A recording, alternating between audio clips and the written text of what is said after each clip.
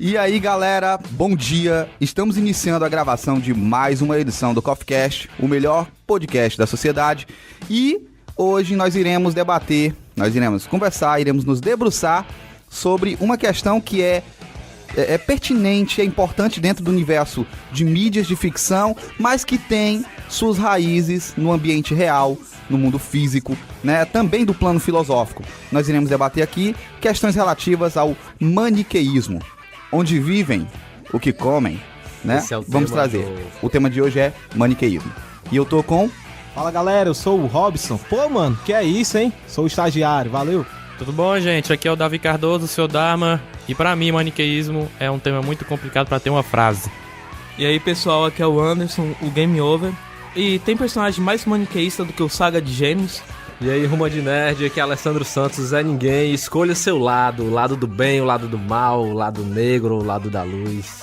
Eu sou Alisandro Anjos, o grão-mestre, e venha para o lado negro. Olha. E ele tomou minha frase e eu pensei que ele disse assim, e aí, bando de merdas, né? Mas não. Não, bando de nerds. Cambada de nerds. A gente pode começar, né? Vamos lá, vamos lá.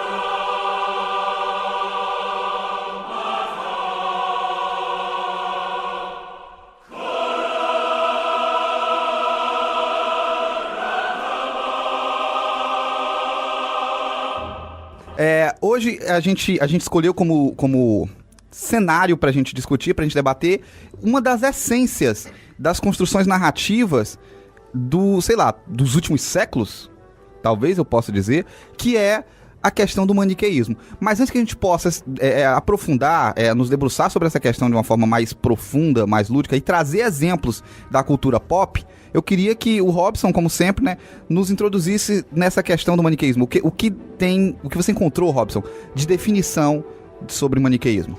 Só um momentinho. Nos introduzisse, não. Fica feio, eu imagino uma introdução. Nos introduzisse. Em mim, não introduz em mim, por favor. O Alessandro...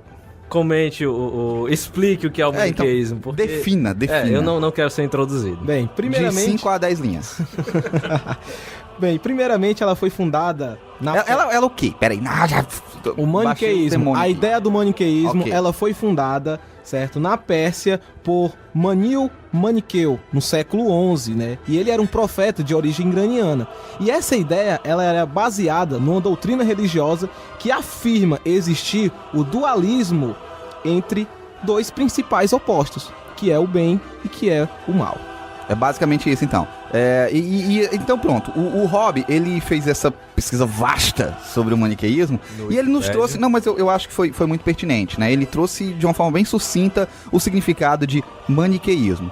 Pra gente prosseguir e, sei lá, talvez elucidar melhor na cabeça de quem tá ouvindo, eu queria dos demais a sua percepção sobre maniqueísmo. Aí eu desafio Davi a nos dizer. Davi... Talvez, assim, ele diz, é um tema que eu acho complexo. Deveras complexo, não tão complexo quanto você imagina. Tenho certeza que você tem, talvez de forma intuitiva, uma definição pra você, da forma mais simples que você encontrar. O que você acha que é o maniqueísmo? De forma bem simples? Bem simples. Bem contra o mal. Bem contra o mal. É o que eu sei. Não tem mais o que falar, que ele já falou tudo, mas eu quero que você duas forças opostas se combatendo. Forças em oposição. Só um detalhe, a pesquisa dele, do Robson, foi no Wikipedia. Fonte confiabilíssima. O Rob, ele traz exatamente isso. O maniqueísmo, ele nasce na Pérsia, né? Realmente ele nasce na Pérsia. E ele nasce nessa perspectiva de dividir o mundo em duas essências básicas. Aqui a gente tem o bem contra o mal, mas também a gente pode dizer que é a matéria versus o espírito. O ser humano, ele tem a tendência a essa dualidade, a dividir as coisas nesse aspecto dual. E isso vai perpassar vários aspectos das nossas crenças, do nosso cotidiano, daquilo que a gente vivencia, daquilo que a gente pratica no nosso dia a dia. A base das religiões, a base de muitas filosofias e até do universo do entretenimento, e aí vamos para HQs, livros, cinema, eles têm essa visão, essa passion. Nós temos uma tendência natural a criar esses antagonismos. Tem uma parte assim, né, que você falou sobre religião, né? Deus e o diabo. E só um pouco falando sobre o maniqueísmo, o Império Romano, no tempo lá do Império Romano, usou isso também para falar para as pessoas que o bem e o mal sempre vai existir. E aí a gente entra em algumas questões que são relevantes, que são pertinentes. Por exemplo, ele traz o exemplo do Império Romano, né? Nós temos aí o Império Romano se definindo como bem, mas quem define o que é o bem? E aí vem talvez a primeira das grandes questões, algumas dessas ideias que vêm sendo discutidas, que vêm sendo reconstruídas para a modernidade. Só que, por exemplo, você pega os romanos, e eles se definiam como bem. Automaticamente os romanos sendo bem, eles estabelecem que os povos bárbaros e dominados eram o mal. E quando eles estavam dominando, tomando casas, chacinando aquelas pessoas, eles estavam, na verdade, salvando elas. Porque eles estavam incluindo elas no Império Romano, e a ideia deles, nós estamos fazendo o bem para essas pessoas. Quando muitas vezes esse bem é uma questão relativa. Daí eu vejo a importância dessa discussão do tema do maniqueísmo. Porque muitas vezes a gente fala de uma forma muito superficial, muito porca sobre isso. É muito simplista, muito generalista às vezes, a forma como a mídia, a forma como o cinema, a forma como as HQs elas tratam dessas temáticas. É como se fosse simples assim. Voltando para o Império Romano. Para o bárbaro, os romanos eram tudo que há de mal, tudo que há de ruim. Então, muitas vezes, essa perspectiva do que é bom e do que é ruim vista, né? É ponto de vista. E no cinema isso não é claro. Isso não é claro. Pelo contrário, existe todo um esforço do cinema, do universo das HQs, em sua maioria também, de simplificar da forma mais estereotipada possível. A favor de quê? A favor de uma compreensão mais rápida do público. Aí a gente forma um público que muitas vezes não é um público crítico e que acaba refletindo esses comportamentos no dia a dia. E aqui eu vou abrir para vocês. Eu queria que vocês me trouxessem a expectativa de vocês em relação a isso e podem embasar dentro das obras que vocês têm aí de pesquisa. Só um adendo, né? Que na pesquisa que eu fiz, eu achei muito interessante que quando surgiu a história do maniqueísmo, ele definia o feminino, a matéria e o prazer como sendo malignos. Aí o masculino, o espiritual e a dor eram o lado que levava à divindade. Aí até hoje tem essa história de que só com o esforço do trabalho, com o esforço que você vai ter, você vai conseguir alcançar alguma coisa, né? E tem toda essa questão, né? Olha, a gente vê o quanto nós somos uma sociedade doente nesse aspecto de... quais são os aspectos que eles associaram ao maligno? É o que me interessa. Maligno, o feminino, a matéria e o prazer. Ou seja, nesse cômputo religioso, filosófico, a gente enxerga que tudo que é relativo à mulher é mal. É pecaminoso. Tudo que é relativo à materialidade, ou seja, você não pode valorizar demais o que é material. Carro, você comprou um carro, você tem dinheiro, você não pode depositar suas expectativas de sucesso em coisas materiais. É errado também, você tem que sofrer por isso. E o último... O prazer. O prazer. O ser humano... A gente vê isso muito claro nas religiões. A forma como as religiões, elas tornam pecado as pulsões, né? Sentimentais, sensoriais, ou seja, o ser humano que busca o prazer. Você vê os 7 pecados capitais. Quem lembra aí quais são? Luxúria, avareza, inveja, preguiça. Avareza já foi, né? Gula. Você mesmo só pula, passa ou repassa. É só lembrar do filme, macho. Que filme? Gula. Seven. Ah, ok, ele falou só lembrar do filme. Brad Pitt. Lembrei do Zootopia. Não, mas Zootopia não é só sobre... enfim. É esses aí, pô. Vocês pesquisam na internet aí. Ok. Todos os 7 pecados capitais, eles são baseados exatamente nessa ideia de antagonizar todos esses aspectos. O feminino talvez não seja tão presente, né? Mas aí o feminino muitas vezes é associado à questão da luxúria. Porque quando se pensa em luxúria no aspecto do pecado capital, geralmente a gente vê nas imagens icônicas a figura da mulher, como ela sendo lasciva. Não associa a figura do homem. Até porque existe uma permissividade social de que o homem, ele é meio que o cafajeste e a mulher, ela tem que ser arrecatada. O homem pode sair comendo todo mundo e a mulher não pode dar pra todo mundo, né? Essa é a ideia, que até a noção disso é meio vulgar né, na nossa concepção. Mas aí é que tá, por que a importância da gente discutir o tema do maniqueísmo? Olha a ideia que a gente tem. Quando a gente fala isso que o Sandro deu de exemplo agora, já surge uma ideia de vulgaridade. Mas por que nós temos essa ideia de vulgaridade? Nós temos a raiz dessa noção, parte desses princípios maniqueístas que, em muitos aspectos, são traduzidos pelas igrejas, pelas religiões, mas que nasce de uma doutrina que a princípio era filosófica, quando o filósofo, ou até religioso também, o Maniqueus, criou isso. Então, acho que a gente pode partir para alguns pontos que são mais profundos em relação a isso. Diga, Andy. Eu quero dizer uma coisa que, assim, a gente pode ver que atualmente, em relação à história dos deuses gregos, que é passado na televisão, em filmes, em séries, eles sempre colocam o lado maniqueísta, onde Zeus é o cara bacana, o cara legal, e Hades é o deus maligno, sendo que... Porque o Hades, ele ficou associado ao inferno. Mas aí vem a questão, que nas histórias dos gregos, mesmo nos mitos, o que acontece? Zeus, ele costuma trair a esposa dele várias vezes, ele pega as próprias filhas, sai estrupando mulher, tem inveja dos irmãos, enquanto Hades, o que é? Um bom marido, um cara bacana que não deixa os fantasmas saírem do inferno. Inversão aí de valores. É uma inversão muito grande. Pra você ver como, por exemplo, a forma como a gente enxerga até as religiões antigas, ela foi transformada por essa visão. Porque, por exemplo, se a gente pega a raiz da divindade grega, Hades, a gente percebe que, primeiro, o Hades, ele era o deus do inferno, de fato. Só que quem transforma o inferno em algo ruim é essa visão. Hoje a gente tem dividido inferno de paraíso. Paraíso é o quê? É o lugar dos bons. Detalhe, é o bem, é o Valhalla. Nos contos gregos, não é, de fato, o inferno que o Hades comandava, é o submundo. No submundo onde existe o paraíso e o inferno. O submundo, a tradução é exatamente essa, o submundo, que a gente associa a palavra inferno. Só que a gente tem que entender que quando as pessoas morriam na Grécia, segundo a crença dos gregos, quando as pessoas morriam, elas iam todas para o inferno, não tinha essa divisão. Todo mundo ia para o inferno. No inferno, ou no submundo, como a gente falou, que é o mesmo lugar, havia uma divisão para os bons e os maus lá dentro. No inferno nós tínhamos tanto os campos elíseos, destinados às pessoas que eram boas, e o Tártaro, que era destinado às pessoas ruins. Ou seja, o inferno era como se fosse um grande país e ele tinha suas divisões. O lugar dos bons e o lugar dos ruins dentro do mesmo inferno. A gente aqui criou as religiões, o pensamento moderno é que criou esse antagonismo entre as duas coisas. Os mortos iam para o mesmo lugar. Agora, durante a pesquisa, eu me questionei como é que seria atualmente a gente viver sem essa dualidade, sem esse antagonismo. Eu não consegui criar um cenário na minha cabeça de um mundo sem o maniqueísmo, entendeu? Eu achei muito louco essa história, porque tá entranhado, né? Desde que eu me conheço como gente, desde criança, que existe essa dualidade. Ontem, fazendo essa pesquisa, eu não consegui criar um cenário onde não existisse o dualismo e o maniqueísmo. E eu convido, você que está ouvindo, a fazer esse exercício. Pare hoje, tente tirar das suas concepções todas essas ideias de que uma coisa necessariamente é contra a outra. Pense em convivência. Ou então, tente enxergar dois lados opostos, não como rivais, por exemplo. Tente. Não sei se você vai conseguir ou não, mas é um exercício que muitas vezes é saudável. Você ia dizer alguma coisa, ô Davi? Pode dizer uma coisa pra gente. Não ia dizer nada, não. Tá só esperando minha deixa dos filmes mesmo. Então, o Davi tá sendo... Não, gostaria que você participasse. O que você acha dessa discussão, Davi? Sobre esse aspecto mesmo. Vamos trazer para um contexto mais moderno, mais contemporâneo ao que a gente está vivenciando.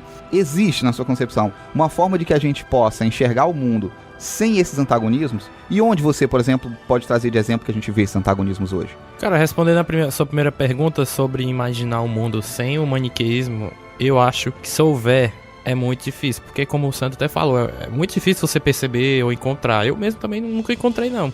Agora, respondendo a sua segunda pergunta sobre onde eu vejo isso, aí como a minha área é mais pro lado do cinema, eu fui pesquisar sobre filmes que tenha o maniqueísmo. E eu fui pesquisar... Eu acho que praticamente todos têm, não é? Vocês conseguem lembrar de algum que não tenha abordado a maioria das suas temáticas numa perspectiva maniqueísta? Eu acho que a maioria desses, 99% dos filmes, tem alguma coisa maniqueísta. Até em comédias românticas eu pensei nesse instante agora. Se você for parar pra pensar... Ele falou Soci, né? Viu? Não, se você parar pra pensar. Ok. Nas comédias românticas tem um cara que gosta da mulher E tem o cara malvado, vamos dizer assim, o que é... Como aquele filme que a gente tava assistindo, o Primeiro Mentiroso. Tem um cara que é doido pela ex do Ben Affleck, mas ele ignora totalmente o protagonista, xinga de todos os modos, diz que ele não é ninguém. Então, isso seria um maniqueísmo, não é? Sim, de formas gerais, sim. Né? Até porque ele nasce nessa perspectiva do bem contra o mal, da matéria versus o espírito, porém, ele assume uma dinâmica um pouco diferente hoje em dia, né? Ele entra como definição do que é conflituoso. E eu acho que o cinema, de uma maneira geral, é conflituosa, né? A relação que o cinema estabelece entre os personagens. O Gil acabou de mostrar pra gente aqui, realmente, lembrar, né?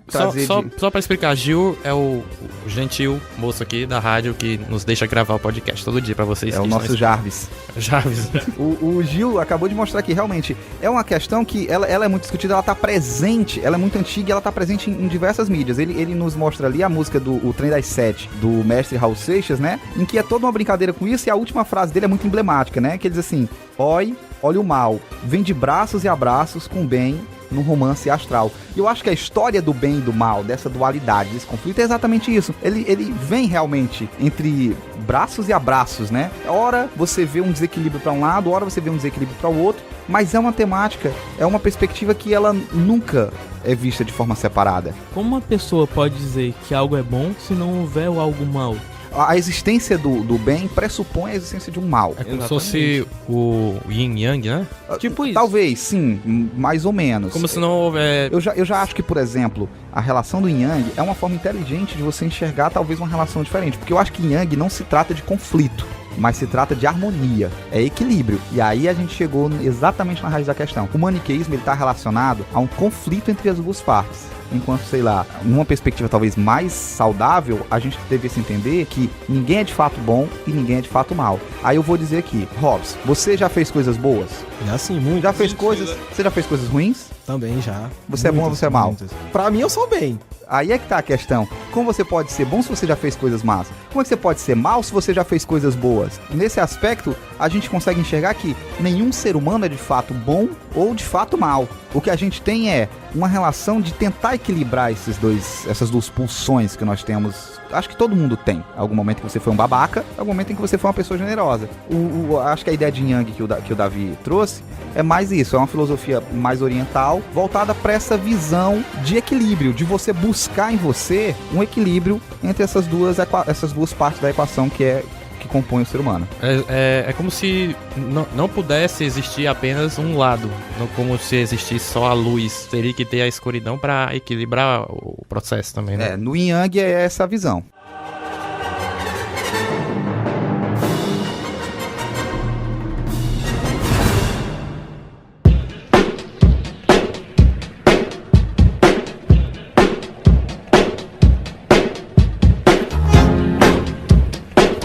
Tem um exemplo muito claro disso na novela A Favorita, certo? De 2008 a 2009. Eu assisti. Que era duas personagens, uma chamada Dora e a outra era a Donatella, onde que elas, desde a infância, eram amigas, mas só que a Donatella, ela tinha perdido os pais. A Flora, não? A Flora, né? Flora. Por isso, pronto. Caraca, só eu que não vi? E ela foi adotada, enfim, cresceram juntas, né? E nessa novela, o mais engraçado de tudo é que, em um primeiro momento, uma é a boazinha, né? É a boazinha. A Dora sai lá da prisão e aí começa a Flora. Ai, meu Deus, A Flora, ela começa a ficar boazinha, enquanto a Donatella, muitos acreditam que ela seja mais o lado mal. Mas no desenrolar da novela, logo dando aqui um spoiler, né? Excuse me, spoiler alert! A Donatella, ela começa a ficar pro lado do bem, enquanto a Dora, né, acaba ficando mais pro lado do mal. Então, a gente vai vendo isso aí na novela e tem um pouco de maniqueísmo, né? Mas não é Dora, é Flora. Desculpa, gente. É Flora. Vezes ele pode pedir música. É agora. Flora e Donatella, porque são nomes bem parecidos, né? Mas desculpe, sociedade, desculpe. Muito parecidos. Porque eu vou falar de coisa boa, usurpador. Agora o Andy pareceu aquele pessoal que faz propaganda. Vamos falar de coisa boa! Top term! A usurpadora! Jequiti! Eu pensei que ele fosse vender a iogurteira da Top Term. Mas só pra terminar aqui, o que mais me chocou lá na novela foi isso, desse maniqueísmo diferente da gente ver, que é só o bem e o mal. E tem aquela reversão, né, onde que o bem em primeiro momento e tem o mal em primeiro momento, mas no segundo momento fica oposto. E isso me chocou completamente. Muito, muito interessante essa novela. Pra traduzir, você tá querendo dizer que o bem no começo, no final se tornou mal. E o mal no começo se tornou bem no final. Era isso, né? Isso. Pronto. Exato. Então, olha, pra gente fechar, então... Quer colocar alguma coisa, Sandro? Não, que na verdade o bem não virou o mal e o mal virou o bem. Na verdade o bem era o bem e o mal era o mal o tempo todo, só que na forma com que foi mostrado na televisão, você entendia errado. Você achava que Eu não acompanhei a novela. Pois é. Mas diga. É esse sentido. A personagem vilã sempre foi a vilã, só que na forma como era mostrada, na novela, ela parecia ser a mocinha. Aí depois da reviravolta, mostra-se que ela realmente é a vilã. Não teve essa transformação. Eu acho que então foi um exemplo extremamente pertinente, porque mostra exatamente o que a gente vem discutindo aqui. Por que é importante essa discussão, né? Bem e mal são questões de perspectiva. Você assiste parte da obra acreditando que uma personagem é a vilã e a outra personagem é a mocinha, e de repente isso é subvertido num plot twist, isso é mudado, e você entende que não, que desde o princípio você, enquanto público, também estava sendo manipulado, e que na verdade aquela que você acreditava que era a mocinha era uma tremenda de uma vilã, enquanto aquela que você estava demonizando era na verdade a vítima da coisa, né? Então eu acho interessante esse exercício da reflexão crítica antes de você tomar uma posição. E eu acho assim que a ideia do Sandro, né, ele teve uma opinião, a minha foi outra, vai depender totalmente das ideias que o público, o telespectador tá assistindo. Você pode ver um filme, achar que aquele cara ali é um cara lá do mal, que só faz coisa ruim, mas o Anderson, ou o Sandro, ou o Davi, pode ver que aquele cara ali pode ser, sei lá, no final, o protagonista. Cara, assim... Aqui, olha só como a gente... Olha como a coisa tá entranhada. Como a coisa ela é até mais complexa. O tanto de preconceitos, e eu não vou falar preconceitos, porque preconceito talvez soe para um outro lado, mais racial ou não, ou outro tipo de preconceito. Vamos falar estereótipos. Olha a quantidade de estereótipos que a gente está cuspindo aqui. A gente está definindo bem, mal, a gente está discutindo aqui protagonista. Olha como é interessante. O Robson disse assim, o Sandro pode pensar que a outra é a má e a outra é a protagonista. Quer dizer, o oposto do mal não é o bom. O oposto do mal é o quê? É o protagonista. Olha como tá enraizado na nossa cabeça. Quer dizer que o protagonista é invariavelmente o bem, enquanto que o vilão, né, o antagonista, é invariavelmente o mal. Aqui a gente já tem um estereótipo muito forte. É esse tema que a gente quer falar. Pra gente fechar o bloco aqui de definições, eu queria, sei lá, Andy, você tem algo que você queira acrescentar? Já falei tudo em relação à parte de definições, eu acho que pode voltar pro... Então, só pra gente fechar, eu vou então, talvez recapitular o que a gente tem. A gente tem aqui, de uma visão geral, tá? A gente não vai entrar nos pormenores disso, porque a gente ia gastar aqui um dia inteiro só falando sobre isso. Então, pra definir de forma geral, o maniqueísmo que a gente está abordando aqui, a perspectiva de maniqueísmo que a gente está abordando nesse cast é dessa relação de antagonismo, de conflito. Não necessariamente, sempre que a gente vai citar, a gente vai estar falando de bem versus mal. A gente vai estar falando também do conflito. Às vezes o conflito são entre duas partes que se opõem. Aí a nossa tendência a transformar uma na parte boa e a outra na parte má. A tendência é nossa. O certo e o errado. O certo e errado, o bem e o mal. Marvel, DC, preto e branco, né? PlayStation e Xbox. Olha aí. Luz e sombras, PlayStation. Então, a gente vê que o dualismo, que o conflito, ele tá presente em todos os meios que nos cercam. E isso não é novo. A religião faz muito isso, né? A gente tinha no zoroatrismo, a gente tinha no hinduísmo, a gente tem no cristianismo. A própria relação Deus versus diabo é uma relação que é pautada por essa questão do maniqueísmo. O universo da política é cheio disso, o partido X versus partido Y. A novela traz muito disso. O Andy trouxe de uma forma muito pertinente também a Usurpadora, a ideia do vilão, do gêmeo bom e do gêmeo mal, né? O Saga de Gêmeos dos Cavaleiros do Zodíaco. Isso está em todos os aspectos. Então, como não? Como fugir disso. Fazer como o Sandro disse. Eu não consigo imaginar um mundo sem essa visão maniqueísta. Por que eu não consigo essa imagem? Porque nós crescemos dentro desse ambiente. Nós somos condicionados. Eu não consigo enxergar algo para além disso. Por quê? Porque eu nunca parei pra pensar. E por que eu não parei pra pensar? Porque isso é tido como normal. É o que tá todo dia na mídia, é o que tá todo dia na televisão, é o que eu aprendo nos livrinhos de escola, dos contos infantis, que existe um bem e existe um mal. Mas não é errado você enxergar que existem coisas boas e coisas ruins. O complicado é a forma arbitrária como a gente acaba fazendo isso às vezes. Você acaba muitas vezes, como o exemplo da novela lá, qual é o nome da novela, Robin? A Favorita. Da Favorita. Você acaba às vezes julgando uma pessoa pelos motivos errados, até pela preguiça de você olhar com mais cautela. E agora, recente, a gente tem uma discussão política muito forte no Brasil, no mundo também, porque a gente vê ressurgir essas brigas que a gente tem, né? Capitalismo versus socialismo versus comunismo. E todos os palcos, do político ao ético, ao entretenimento, vão ter um pouco disso. Primeiramente, fora Temer. Nós não temos um partido escolhido assim, então não precisa dizer, viu? Somos do partido do café.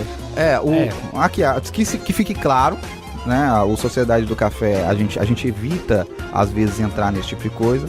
Porém, eu vou fazer coro aqui ao Andy. Fora Temer. Não dá. Fora todo mundo, é melhor, né? Todo mundo devia cantar agora a música do... Qual a música? Do Darth Vader, a Marcha Imperial. Como é que é?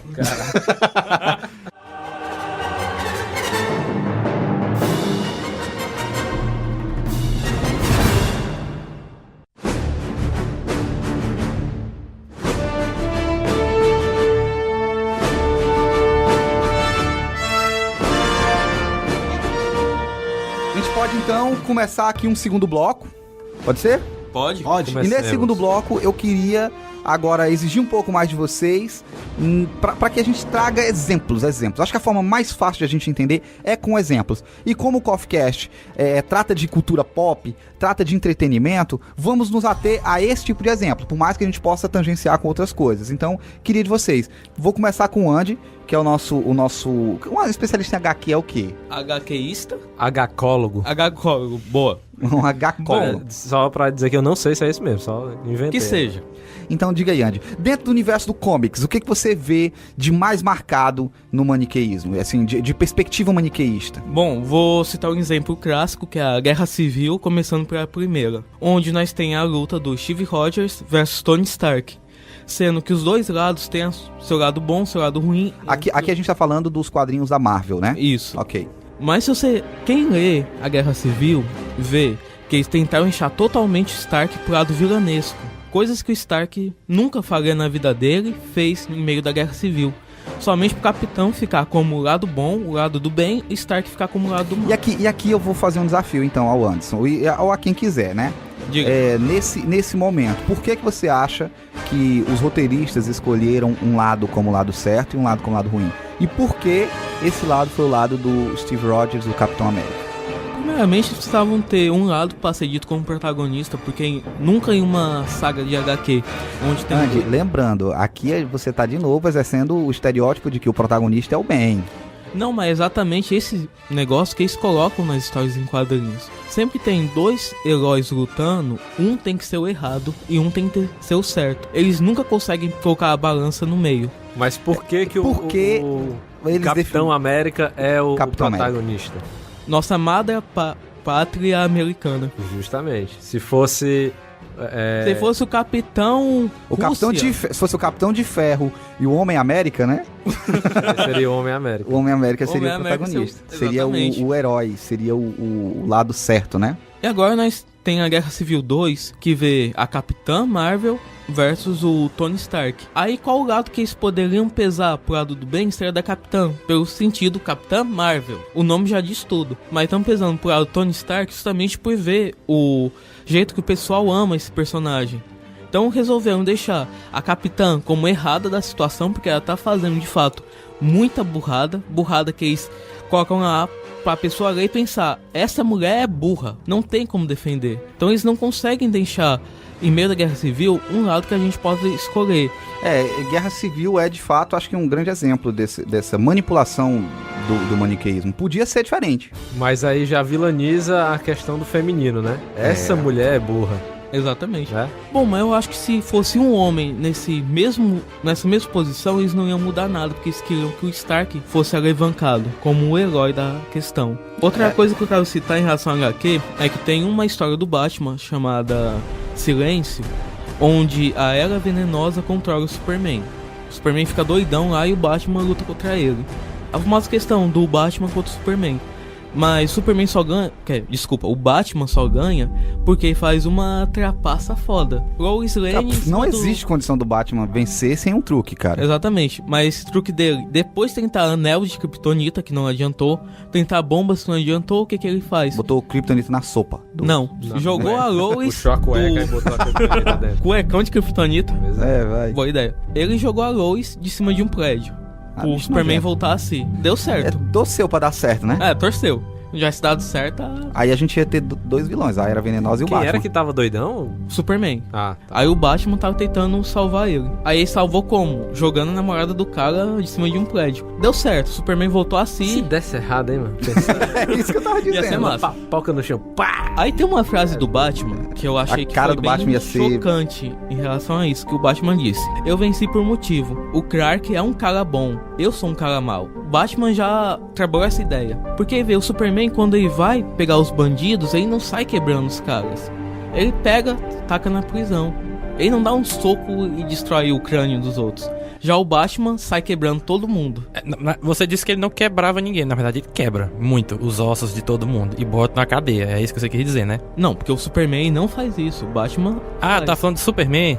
O Superman, ele chega, prende o cara, jogou na cadeia. Eu tava pensando já que era o Batman, ele sai quebrando todo mundo pra depois, se a polícia achar qualquer Andy, aí deixa eu trazer pra um outro aspecto. Você trouxe dois exemplos aqui. Como você acha que, por exemplo, o universo dos quadrinhos sobreviveria sem essa composição dual, bem versus mal? Turma da Mônica. Você acha que... a Turma da Mônica é um exemplo, né? A gente não sei, tem? Bem versus o mal. Até tem, né? Se for ver... De vez em quando eles têm o Cebolinha e o Cascão, eles vivem aprontando com a Mônica. Mas a Mônica é quem bate neles, então não seria a Mônica ou o vilão? Eles quem fazem não, peraí, vamos lá. Aí você... Pronto. Chegamos aqui ao Maurício de Souza servindo de exemplo aqui. Você diz que a Mônica, ela é a vilã porque ela bate. Sério mesmo que chegamos nesse Mas assunto? O Cebolinha e o Cascão que roubam o coelho não são os vilões. Parando pra pensar assim, o Cebolinha e o Cascão são os vilões. A Mônica tá só lá então, você tá vendo? Olha o nosso vício do dualismo de novo aqui sendo exercido, né? A gente precisa encontrar...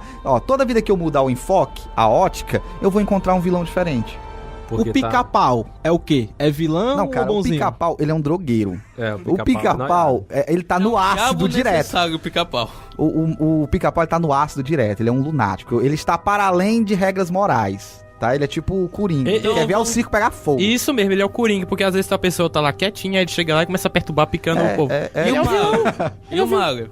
Ele é vilão, é o herói, porque o cara sai destruindo as coisas, matando tartaruga. O Grão-Mestre é o protagonista. O Grão-Mestre falou, né, no Coffeecast passado. Exatamente, isso aí. Por isso que eu peguei essa questão.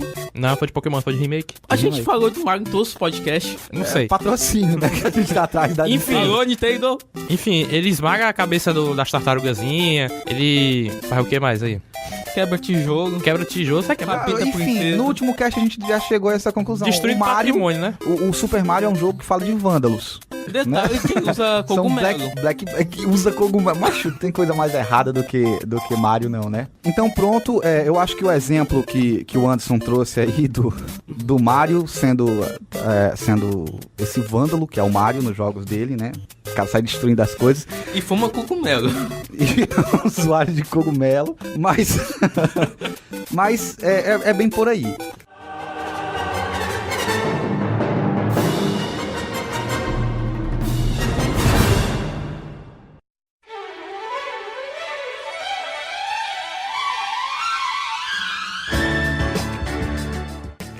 A gente chegou aqui agora uma celebridade pra participar com a gente. Dá uma palavra aí pra gente.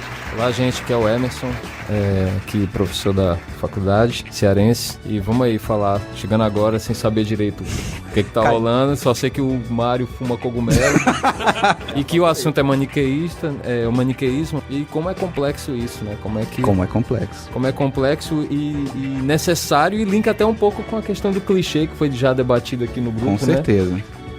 Por que tudo às vezes tem que ser maniqueísta, né? Ou não, né? Aproveitando então que o Emerson tá chegando agora, e recapitulando um pouco aqui, eu queria que o Emerson trouxesse pra gente a perspectiva dele sobre o maniqueísmo, assim. O que seria pra você uma definição, Emerson? Até meio que a gente tá retrocedendo aqui um pouco, mas a favor da grande sabedoria do mestre Emerson aqui. É um profissional falando. Não, cara, é um vagabundo também falando. Vagabundo no melhor sentido do termo, tá? No sentido de gostar de vagar. O vagabundo entendeu? Vaga, né? Exatamente. Vagar é necessário. Até pra pensar no maniqueísmo.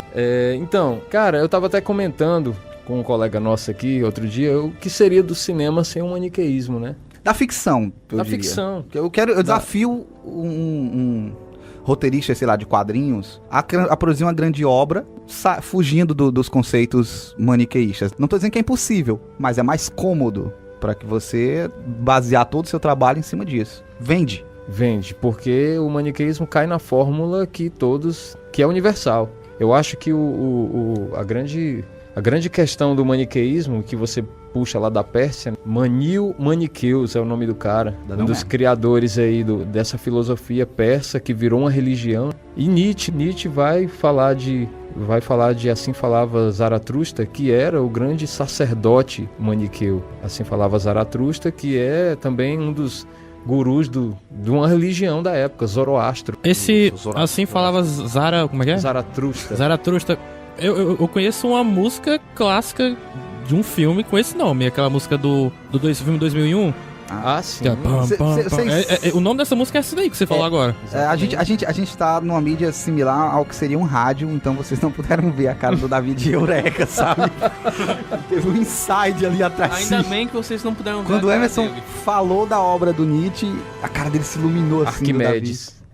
Faz parte. Então tem tudo isso, né, gente? É um tema riquíssimo, é um tema que, de fato, para a indústria cultural, o maniqueísmo é imprescindível. Isso acabou refletindo para a sociedade, no geral, porque as pessoas, elas não podem ser lidas de forma maniqueísta, porque a nossa religião cristã vai buscar também muito lá na Pérsia, porque o cristianismo não é uma religião fixa, assim, lapidada em pedra. Ela sofre transformações, principalmente depois de que Cristo faleceu. Tem 2000 anos de culturas integradas, culturas que saem, a religião se fragmenta em vários braços do cristianismo e isso passa pra gente, assim. Então a gente tem um pouco dessa questão maniqueísta dentro do cristianismo por conta também lá de trás, de fulano é bom, fulano é mau, esse presta, esse não presta, esse vai pro céu, esse vai pro inferno. Já tem religiões, só uma pausa, já tem religiões que entendem o ser humano como o bem e o mal convivendo num só. E vai predominar... Um equilíbrio, né? Uma busca por esse exatamente. Equilíbrio. E assim, o mais engraçado de tudo, logo no começo, lá na Bíblia mesmo, quando Deus... tinha Deus e Lúcifer, né? Lúcifer era um anjo, o anjo da luz. E ele quis ser semelhante a Deus. E acabou fazendo com que Deus, sei lá, desse um castigo a ele, e ele virou o Satanás, né? O diabo que é hoje. A mitologia cristã, ela vai se embasar nessa ideia de maniqueísmo mesmo. Que acho que foi o Anderson que falou, né? Que para a existência do bem, dentro do conceito religioso, para a existência de um bem, pressupõe a existência de um mal, né? O bem ele não vai existir sozinho se não houver o mal. Então, automaticamente, quando surge a ideia de Deus na Bíblia, em contrapartida surge o diabo, né? O diabo ele é meio que uma criação do bem, aí nesse contexto cristão. É claro que a questão ela vai muito além disso. A gente ia por Santo Agostinho, Tomás de Aquino, tantos outros que pensaram a respeito. Mas de uma forma bem simplista, eu acho que... Só pra fazer um adendo, o diabo que você tá falando pode ser o Pica-Pau, né? Um diabo necessário. Disse pra vocês, é o demônio, aquele não animal. cabe julgamento de moral no Pica-Pau. Pica-Pau é um usuário de ácido. Eu tenho uma pergunta ao Hermes. Muito louco. Ele é um doente, cara. O Pica-Pau tem transtornos seríssimos. Eu tenho uma questão a fazer pro Hermes, que é professor, que eu acho que se encaixa nesse tema. Emerson, um aluno. É questão de maniqueísmo, o aluno bom e o aluno ruim. Eu tento não ir por esse lado, cara, porque é fácil cair nesse chavão. Ah, o fulano é aluno bom, fulano é aluno mau. Cara, eu vou te falar aqui, eu já vi transformações assim quase miraculosas de vagabundos totais, maconheiros, e chegarem no 7º semestre e tá totalmente mudado. Eu tô gostando dessa visão aqui do Emerson de definir maconheiros e vagabundos como o mal. E esse, sei lá, cara que tira notas boas como o bom. Mas o bom ainda... Eu tô gostando. O bom ainda continua maconheiro. Ficou uma pessoa boa, mas continua maconheiro. Só deixou de ser vagabundo. Maconheiro do bem, é? Eu tenho uma pergunta aqui pro Emerson sobre maniqueísmo também e de alunos. Tem um aluno nesta faculdade, faz jornalismo à noite, e ele é zoado pelos seus amigos todo dia. Um amigo meu, né? É, um amigo meu. E tipo, ele tem muita raiva desses amigos dele. Eles são o mal e o meu amigo é o do bem. No caso desse aluno aí, eu acho que é uma correlação de forças, né? Às vezes os amigos são do bem e ele do mal, e às vezes ele é do bem e o resto do mal. Então, assim, depende da temática, daquilo que é buscado. Por minha teoria é mais válida. Gente, eu me lembrei de outra coisa. A questão do maniqueísmo é uma coisa que a arte contemporânea está se debatendo sobre, e assim, a gente sabe que a arte contemporânea ela está buscando uma releitura dessas questões maniqueístas. Então você pega um cinema contemporâneo de alguns países, tipo o Sudeste Asiático, que é um dos grandes produtores desse cinema, ou algum cinema contemporâneo aqui do Brasil, e você vai... Se você for desses caras que só gosta de filme que tem uma correlação de força entre bem e o mal, você vai dormir no filme, porque são filmes desdramatizados. E eles desdramatizam buscando uma forma de driblar. O pensamento central é: será que dá para fazer um filme sem maniqueísmo? E aí eles vão tentar, é uma exploração de linguagem. Isso acontece no cinema, acontece nas artes plásticas e tudo mais. Daí tanta gente falar, isso lá é arte, isso não tem conflito. Interessante que esse tipo de discussão seja forte, por exemplo, no Oriente, que talvez não tivesse. As religiões orientais não têm tanta influência dessa visão maniqueísta. Claro que vai existir em algum grau, mas sei lá, o exemplo que a gente estava falando lá do próprio karma, do yin yang, né, que é um conceito bem oriental, e prevê essa busca do equilíbrio em lugar de um conflito. O conflito aqui é essa busca, não antagonizar duas partes. Aí você vê, por exemplo, que vem no sudeste da Coreia. Foi da Coreia que você disse, Emerson? Da Ásia. Da Ásia, em que você vê eles buscando questionar isso. Até meio que em contraposição a uma visão hollywoodiana, porque Hollywood, assim, foi talvez uma das principais forças a consolidar na modernidade o que a gente tem como o maniqueísmo. E assim, de uma forma escrachada. O Davi, no começo, trouxe uma visão do maniqueísmo até dentro de comédias românticas. Comédia romântica. Aqui talvez o Emerson, ele vá até contribuir com a gente também nesse aspecto de que ali dentro da comédia romântica, a comédia romântica ela sobrevive daquele triângulo amoroso. Ou triângulo amoroso, ou daquele negócio da rivalidade, da luta por uma mulher ou por um homem. E muitas vezes tem esse conflito, tem os rivais. O rival aqui é uma peça maniqueísta, porque você, enquanto público, tende a torcer pelo protagonista e tende a não gostar do outro.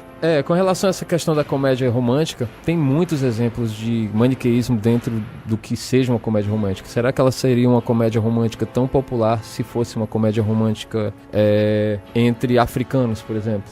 Entre indígenas, por exemplo? Será que teria esse apelo? Ou tem que ser um tipo de comédia romântica com um tipo de maniqueísmo? Porque isso rola também. Acabou indo aqui muito no estereótipo do que é comédia romântica hollywoodiana. Né? Porque Hollywood sobrevive disso.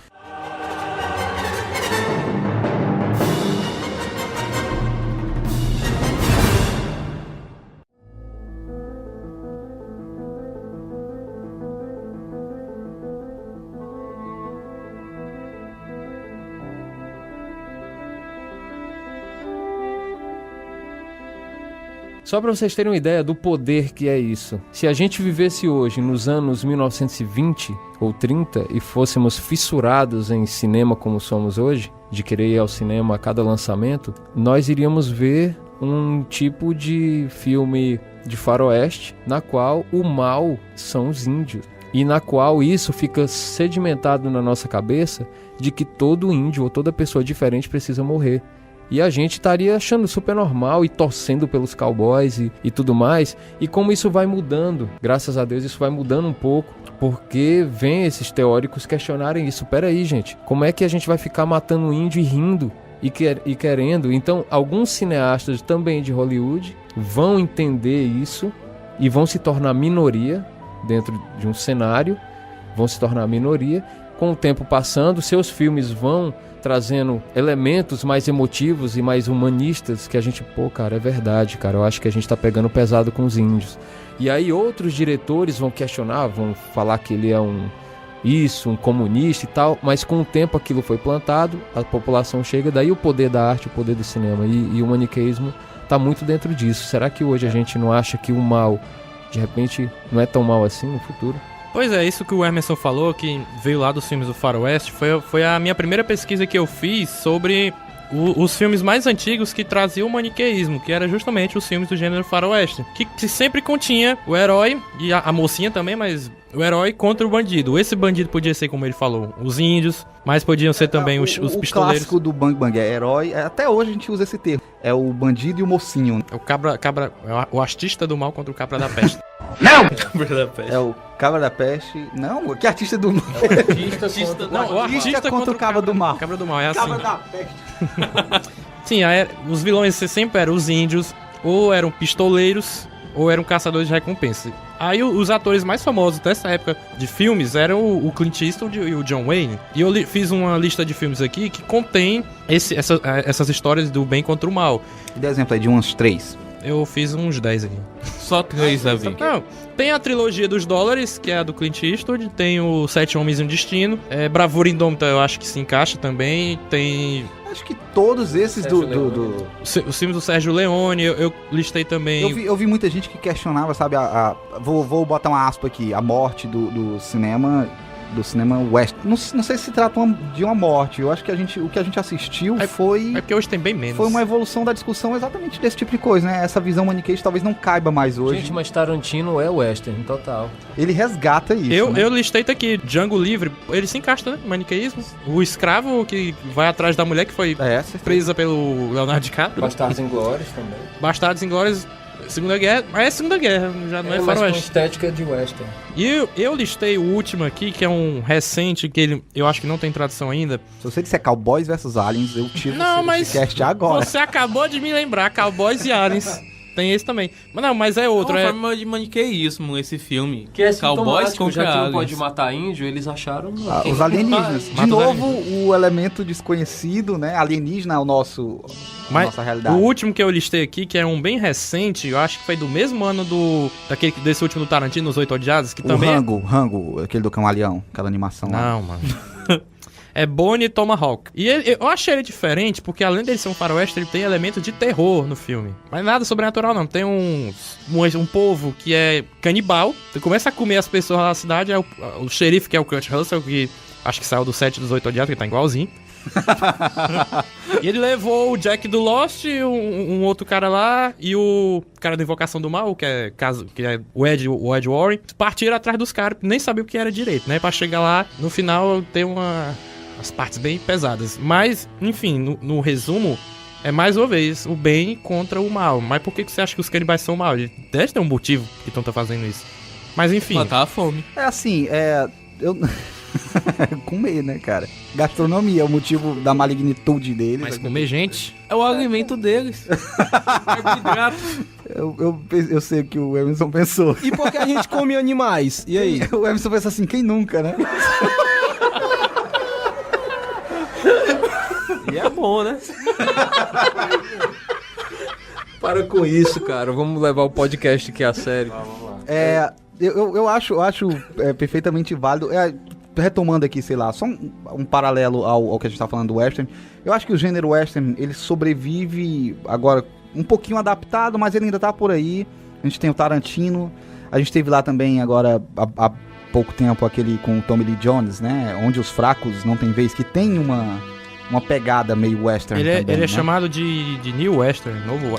É porque, assim, aquilo não nos cabia mais. A forma como aquilo era feito não nos cabia mais. Breaking Bad a também... nossa visão não... Breaking Bad também, às vezes, é classificado como western em algumas coisas, em alguns elementos. Tem alguns elementos de faroeste. Dentro do universo dos games, a gente tem o Red Dead, né? Red Dead, a série Red Dead. Redemption. Né? Tem o Revolver e o Redemption, ambos... Mas o Revolver não faz... Assim, não faz parte da minha cronologia, porque o Revolver era da Capcom. Aí a produtora do GTA, que agora esqueci o nome, comprou os direitos pela série e fez o novo. Era Rockstar Games, né? Isso. Rockstar. Valeu. Mas o Red Dead, só por abordar a questão do western, ele já tem muito essa pecha.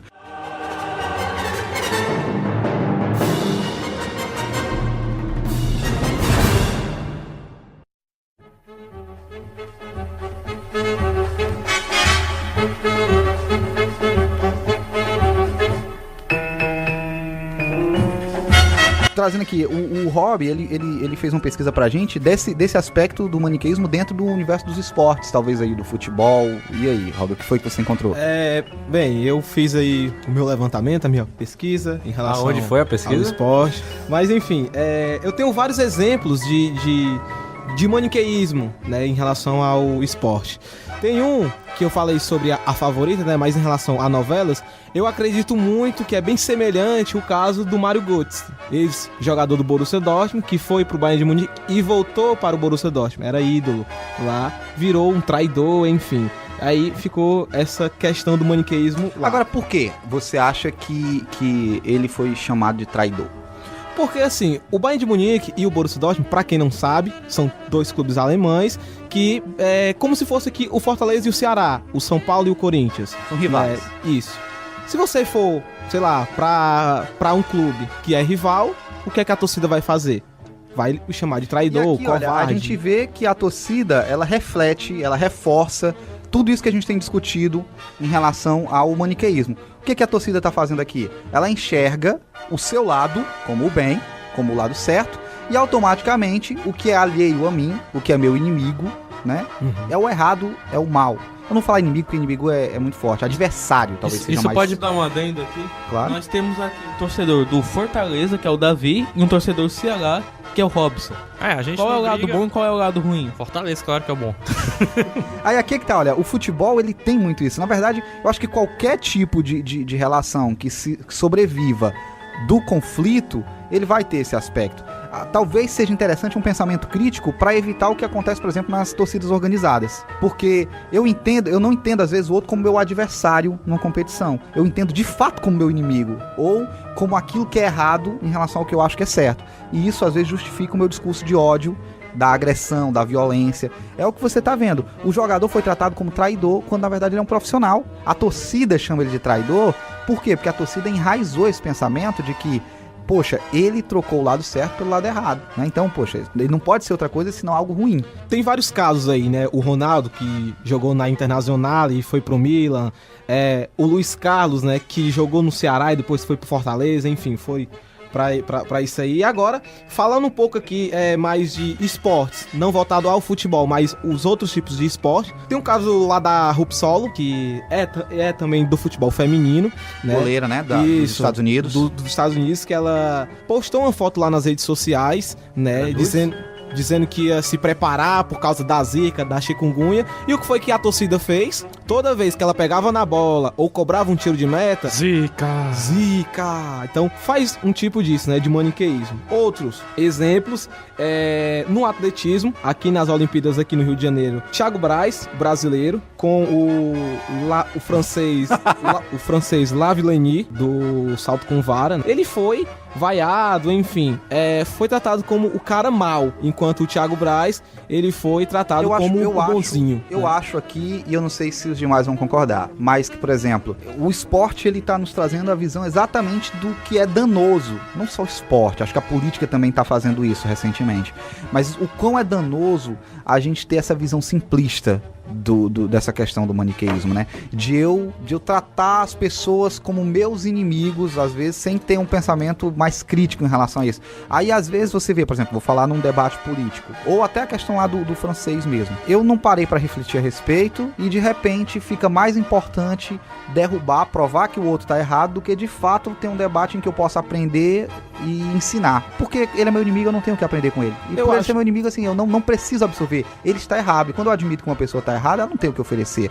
O que me cabe é provar que eu tô certo. E só quem perde são as duas partes. Eu acho não há uma troca. Também. Que, infelizmente, pro lado, assim, do esporte, o torcedor, ele acaba indo mais do que eu torcer. Mais do que eu torcer. Às vezes, odiar o outro. Em vez de torcer, ficar tudo em paz. Ó, aquele ali é profissional, tudo bem. Vamos apoiá-lo? Não vamos. Vamos, sei lá, vaiá-lo, enfim. Mas, às vezes, chega ao ódio, entendeu? Chega ao ódio totalmente absoluto. Aí eu vou lhe fazer um desafio, Robson.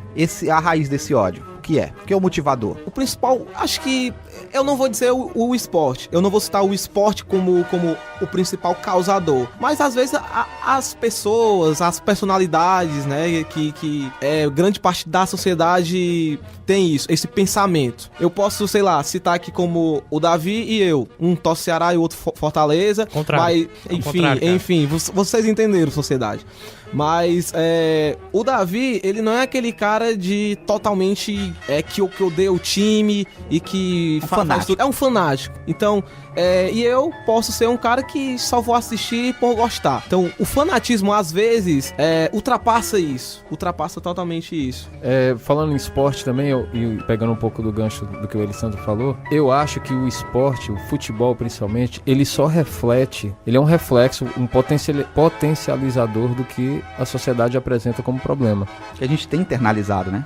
Então, assim, se a sociedade tá doente, é no futebol que você vai ver que ela tá doente, entendeu? Porque antigamente o meu pai dizia que ia pro Castelão ou pro PV, Ceará e Fortaleza, ele ia com os amigos dele Fortaleza e ele e os amigos dele Ceará iam tudo abraçados, jogando papel um no outro, brincando.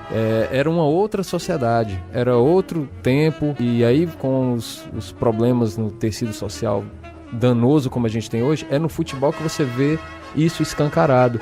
E isso não é só Brasil, gente. Você pega os hooligans, o começo do hooliganismo na Inglaterra, que lá na Inglaterra, a Europa hoje é um barril de pólvora. Não é como nós. É outro tipo de barril de pólvora. É um barril de pólvora de xenofobia, de racismo, de contrário. Então, assim, o maniqueísmo, ele tá lá de uma forma e ele tá aqui de outra. Então, assim, é reconhecer isso, saber o que é o problema e tentar civilizar. Trabalhar de novo, talvez a solução seja o reconhecimento de uma necessidade de convívio. É interessante você imaginar que torcedores de times distintos, eles possam sentar lado a lado e torcer sem a divisão, né? Não é necessário que você trate o outro como antagonista para você.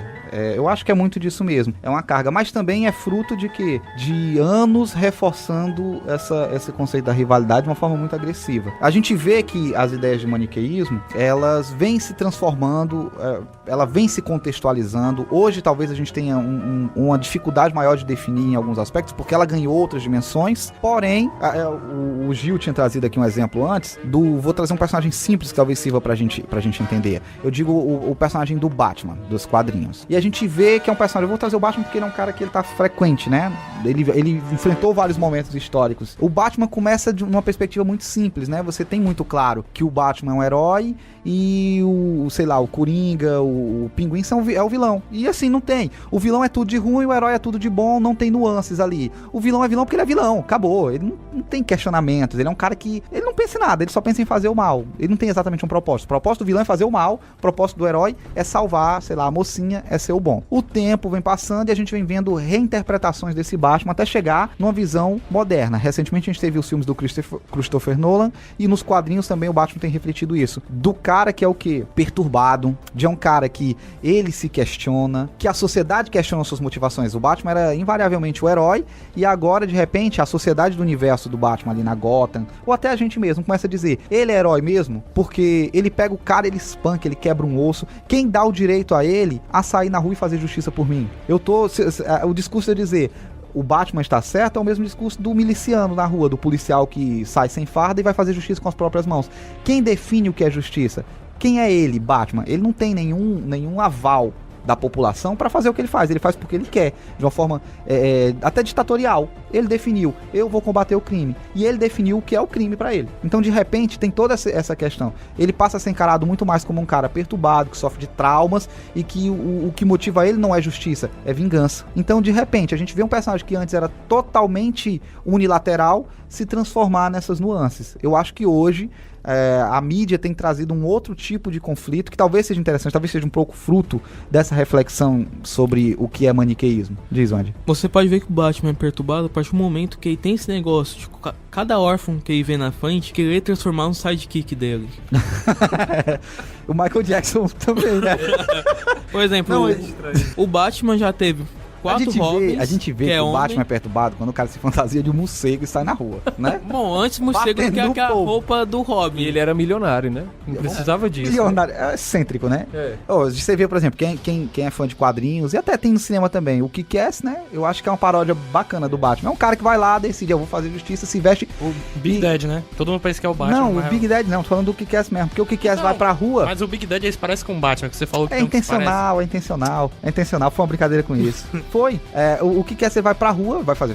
Você pensa, caraca, esse é o novo Batman. Ele vai lá e toma sola em todo mundo na rua. Os caras. Leva uma facada, vai pro hospital. Porque ele é um cara normal. É o mais sensato, né? Ele vai pra rua brigar, aí ele pega 3 bandidos, aí vai querer bater nos caras. 2, aí os caras pegam o pedaço de pau, pá, derruba ele. Ele é atropelado ainda.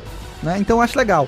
A gente começa a ver, eu acho, por exemplo, que essa é uma crítica a tudo isso também, é uma brincadeira, tem um tom humorístico? Tem, mas a gente vê aí já o reflexo de um pensamento sobre isso. Hoje a gente tem alguns exemplos de trabalhos que vão talvez questionar isso. O Sandro tinha olhado pra gente. Qual foi, Sandro, a série que você tinha dito? Tem o Hannibal, o Dexter e essa segunda temporada do Demolidor, que aparece o Justiceiro. Eu acho que essa desconstrução do maniqueísmo nessas obras, eu acho que sai melhor nos seriados, justamente porque tem um tempo a mais pra desenvolver o personagem, né? No cinema não. No cinema ele tem que resolver a história toda ali no seu máximo de 2h30. Mas acho que nesse aspecto o universo da série ele proporciona uma discussão longa, né? Mas eu acho que o cinema também pode fazer isso, acho que a literatura pode fazer. Na questão do seriado, eu acho que é justamente por isso, porque como ele tem mais tempo pra aproveitar o personagem, ele vai dando essas nuances que você falou na persona de cada um, né? Aí a gente tem um exemplo do Dexter, que é um assassino que foi criado com a intenção de matar outros assassinos, ou seja, é o mal combatendo outro mal. Ele não chega a ser um herói. A gente já tem aqui uma visão diferente do maniqueísmo, porque não se trata do bem versus o mal, é o mal versus o mal. Talvez ele não desconstrua, mas ele mostra pra você, não é uma visão unilateral, não é sempre esse conflito, né? O conflito ele vai existir, mas aqui ele começa a brincar com o conceito do conflito, ele começa a quebrar o paradigma. De repente, como quem foi que disse antes? Foi o Robson que disse assim, tem o vilão e o protagonista, ou seja, pressupondo que o protagonista automaticamente é bom. E aqui a gente vê o Dexter é um tremendo assassino, né, o Sandro? Assassino serial killer, né? Serial killer. E aí, de repente, o protagonista é o assassino. Que é pra você começar talvez a pensar o seguinte, será que é saudável eu me espelhar no protagonista sempre? Gente, isso é tão sério que eu acho que o que vocês estão falando aí é que a questão de o maniqueísmo passa a ser subjetivo. Eu vou achar o cara do bem, você vai ver o mesmo filme e vai achar o cara do bem, o mal. Quem não torceu por Coringa em determinado momento? Gente, isso é tão sério que hoje, como é que a nossa sociedade lê isso? Lê o Batman, por exemplo. Nós temos uma leitura porque nós somos aficionados por cinema, a gente sabe diferenciar, mas outras pessoas têm outras leituras. Por isso que tem gente que vai lá no primeiro cinema, que é o cinema ainda tentando se descobrir enquanto linguagem, e vai ver uma das cenas mais fortes da história do cinema é no filme O Assalto ao Trem Pagador, que é um curta de 12 minutos, se eu não me engano é de 1908, que no final ele quebra a quarta parede. Pra quem não entende, a quarta parede no cast de clichê, o próprio Emerson dá uma definição. Ah, sim. Ouça exatamente. Coffee Cast clichês. Exatamente. Então a quarta parede é onde ficaria no teatro público, e nesse filme ele pega a arma e aponta para o público. E é o primeiro close-up da história do cinema, que antes o cinema não desmembrava as partes do corpo. E aquilo ali foi um choque. Aquele momento, aquele cara era do mal. E aí isso deu toda uma celeuma. Mas trazendo de volta para o Batman, hoje você vê gangues em todo o país tatuando o Batman, tatuando o Coringa, aliás, no braço, e isso significa assassino de policial, e isso significa uma afronta pro policial. E aí você tá numa sociedade totalmente maniqueísta, que hoje você vê, por exemplo, nas nossas eleições. O que vai pautar as nossas eleições, infelizmente, é segurança pública, uma visão deturpada de como se resolver o problema do crime com mais crime. Então, o cinema traz, a arte traz isso para a sociedade de uma forma até um pouco... Você tem que ter um senso crítico para ter essas leituras, senão você vai achar que realmente tem que matar policial e policial vai achar realmente que tem que matar qualquer menor que se pareça ou se vista como um suposto, entre aspas, marginal, o que muitas vezes não é o caso. Como aconteceu, mataram 11, um só tinha passagem pela polícia ou 2 e era por coisas pequenas, tipo pensão alimentícia, essas coisas. Então é uma reflexão sobre como o maniqueísmo afeta também a sociedade.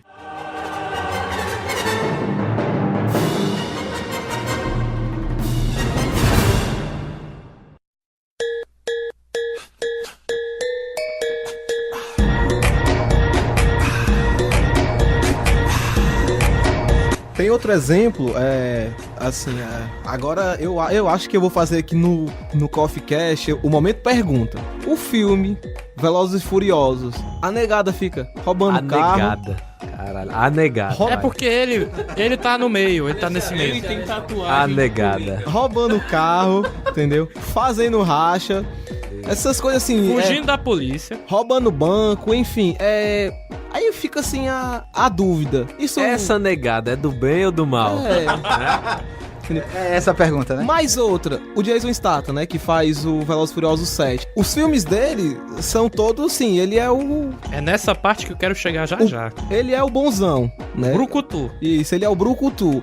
No Velozes e Furiosos, ele vira o cara do mal. Vai tentar matar de um por causa lá de se vingar lá do irmão dele e tal. E aí, como é que fica essa história aí? A pergunta em resumo é, ele é bom ou ele é mau? E do Velozes e Furiosos também, né? Há duas perguntas aí que eu quero que vocês respondam. Eu vou tomar aqui a liberdade de dar uma resposta. Eu não sei se vai contemplar todos. Quem discordar, fique à vontade. Mas eu acho que esse tipo de trabalho, esse tipo de obra e esse tipo de pergunta que é o importante na coisa. Talvez a obra não seja tão importante quanto os questionamentos que ela pode suscitar. Exemplo, você trouxe Velozes e Furiosos. Me parece um blockbuster, como tantos outros que a gente tem.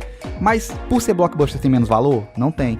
Quando você tem essa capacidade de olhar pra ela e extrair dela um questionamento. Você olha pro Velozes e Furiosos e diz, pô, esse cara tá roubando um banco, esse cara tá, sei lá, fazendo racha, colocando em risco a vida de muitas pessoas, e eu tô admirando isso? Eu tô achando que isso é legal, de repente, quando na verdade ali são infratores, são criminosos. E tem um policial que fica do lado do Vin Diesel ainda, né? Ainda tem essa questão. Ok, é o cinema de ação, tem uma série de questões aqui que não vão... Mas é importante esse questionamento, porque isso só prova que eu não tô consumindo isso de forma passiva. E outra, a questão do que é bom e é mal, do que é herói e do que é vilão, no contexto moderno, talvez sempre tenha sido, mas hoje, mais do que nunca, talvez seja uma questão de ótica, de perspectiva, de ponto de vista. E aqui eu vou fechar com um exemplo que o Gil também tinha dado mais atrás. Ele diz assim, a questão do terrorismo, do islamismo, que nasce disso. Muitas vezes eu vejo assim, caraca, o terrorismo é o mal. De fato eu não tenho como defender o terrorismo.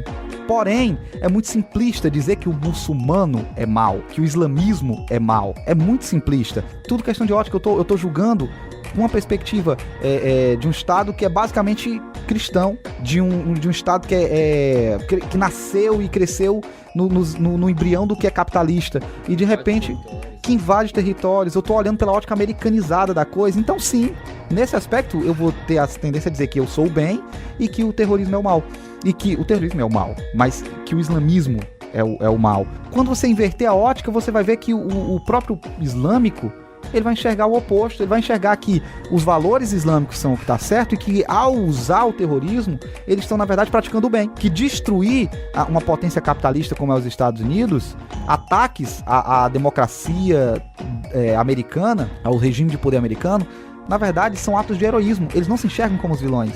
E é essa questão que eu acho que a modernidade tem que trazer. É assim, o que é de fato o vilão e o que é de fato o herói. Não cabe mais pra gente essa visão simplista de o herói é o bem e o vilão é o mal. Não cabe mais. Eu acho que o que vale hoje, e principalmente nas obras, é essa reflexão de quais são as motivações que levam as pessoas a fazerem isso. E talvez o cinema, às vezes, a literatura e os quadrinhos sejam muito pobres nisso. Eles reforçam o estereótipo que não se aplica ao mundo real.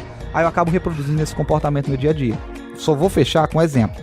Vi uma criancinha em que o pai perguntou assim: quem é... Você é boa ou é má? Ela disse assim: eu sou boa.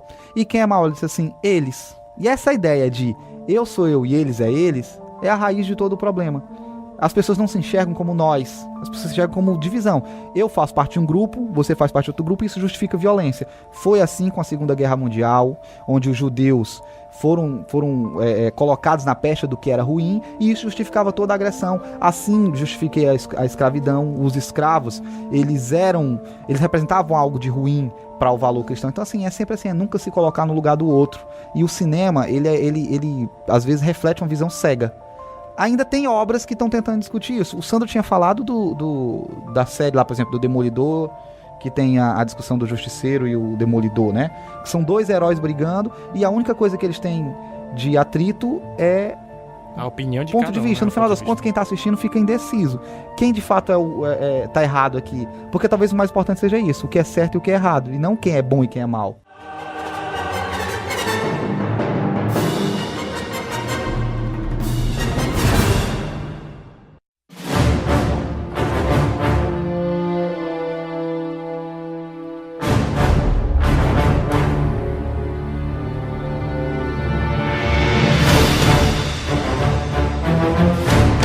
Acho que só pra fechar a parte dos filmes com o maniqueísmo, que você falou de terrorismo, eu me lembrei deles, que nos anos 80 tinha 1 milhão de filmes de brucutus que sempre era o herói sozinho, às vezes o exército de um homem só. Tá bom, pode falar que é o Rambo. Não só o Rambo, mas era contra o exército, ou era contra pessoas corruptas, organizações, ou os terroristas, como você falou. Aí tinha o Arnold Schwarzenegger é clássico também, né? Contra os terroristas. Mas eu vou pegar a tua fala aqui e vou trazer um exemplo que eu acho legal. Você pega esses filmes e você vê, por exemplo, como eles retratavam os terroristas naquela época de uma forma bem unilateral. Ninguém sabia nada sobre os terroristas. Os terroristas eram só terroristas. E acabou. O estereótipo também. Eles não tinham motivo nenhum. O único motivo do terrorista era lá explodir tudo. Aí hoje você vê uns filmes, talvez, que eles comecem. Aquele Sniper americano, eu acho extremamente interessante. Apesar dele ter um enfoque muito grande no patriotismo, mas você começa a ver, por exemplo, aquele momento em que ele tá mirando numa criança, aí você começa a ver, olha que inimigo é esse, olha o terrorista quem é uma criança. E tem uma série de questões, não é mais aquele terrorista simples lá de turbante, parecendo o Bin Laden que sai dentro de uma van e quer explodir tudo. É um cara que ele não tem personalidade nenhuma, ele é só o terrorista. Quem é ele? Ele nem nome não tem. Quem é ele? É o terrorista. Terrorista júnior, terrorista pai, terrorista neto. Aquele filme eu mencionei o Arnold Schwarzenegger, mas tem um filme que exemplifica bem isso, que é o True Lies. Ele é um agente, eu não lembro se é da CIA, acho que é da CIA. E tem uns terroristas, o estereótipo clássico ali do que você falou, de turbante e tal, a barbinha, e ele, porque é americano, ele é o bonzinho, os caras são vilões, querem explodir todo mundo. Aí ele tinha que derrotar os caras no final das contas. Quantos colombianos o Chuck Norris já matou, hein, cara? O Chuck Nem Norris. pensado.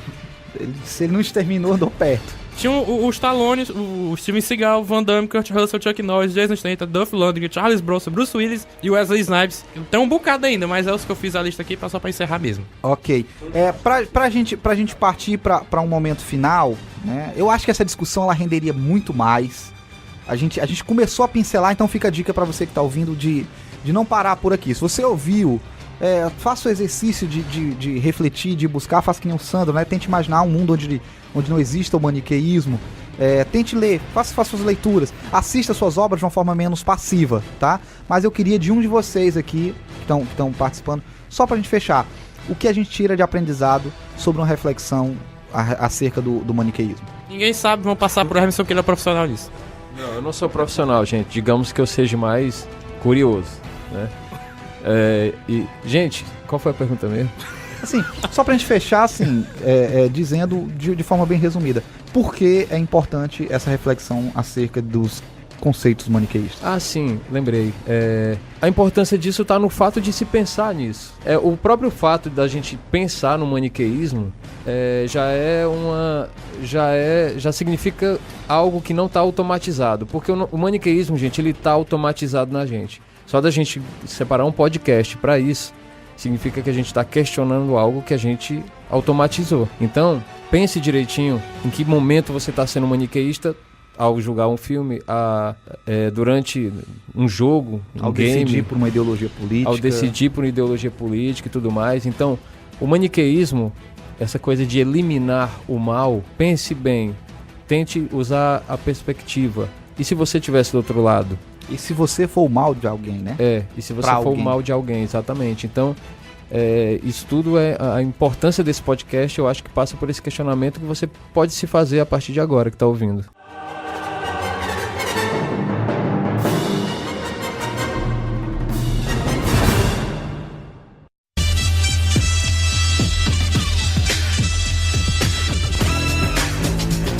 Ok, então a gente pode partir pra dica. A dica massa. Pra gente fechar o cast, como sempre a gente vai, eu peço uma dica de cada um, de preferência que essa dica seja relacionada ao tema.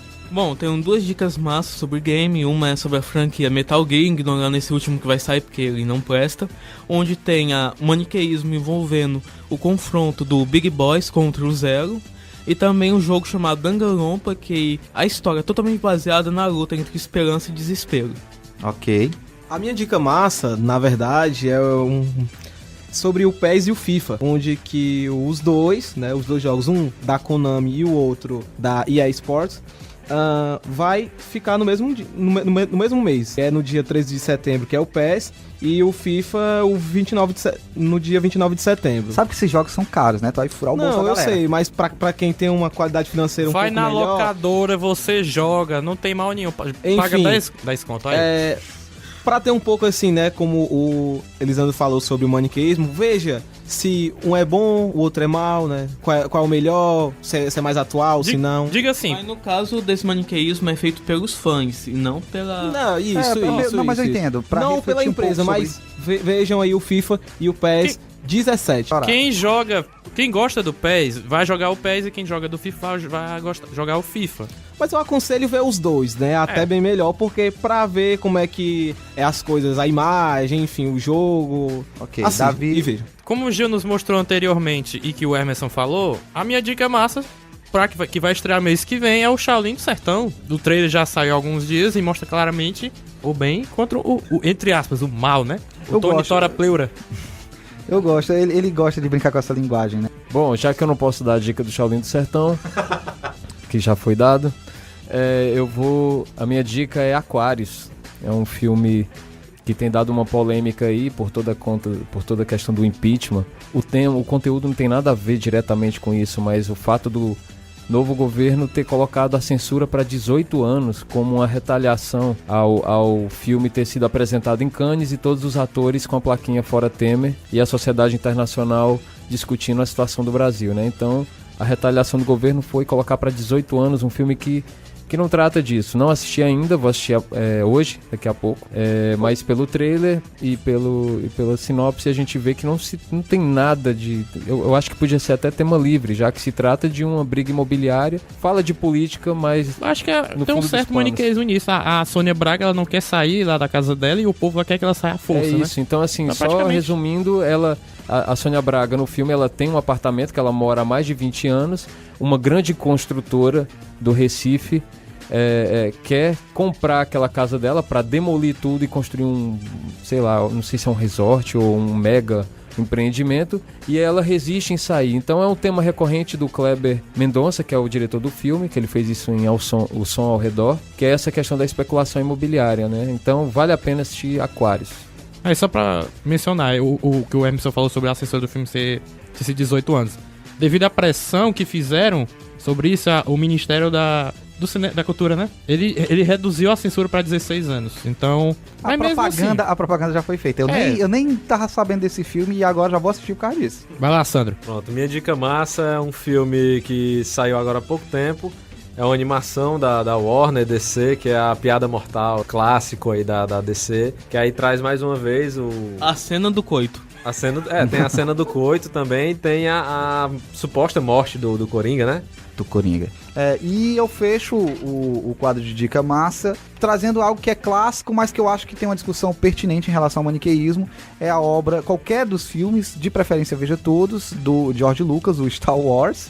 E toda essa questão do lado negro e do lado luminoso da força e uma busca por equilíbrio é do que se trata todo o maniqueísmo. A obra de George Lucas está baseada nesse equilíbrio entre bem e o mal. A própria ideia de que vai existir um escolhido que trará equilíbrio à força é uma expectativa de que você não precisa escolher um lado ou outro, que na verdade a paz ela vai surgir do momento em que você se dispor a tentar compreender que os dois lados eles são faces da mesma moeda, né? Então fica pra vocês a dica Star Wars, não é uma dica nova, mas tente assistir Star Wars agora sob essa perspectiva do maniqueísmo.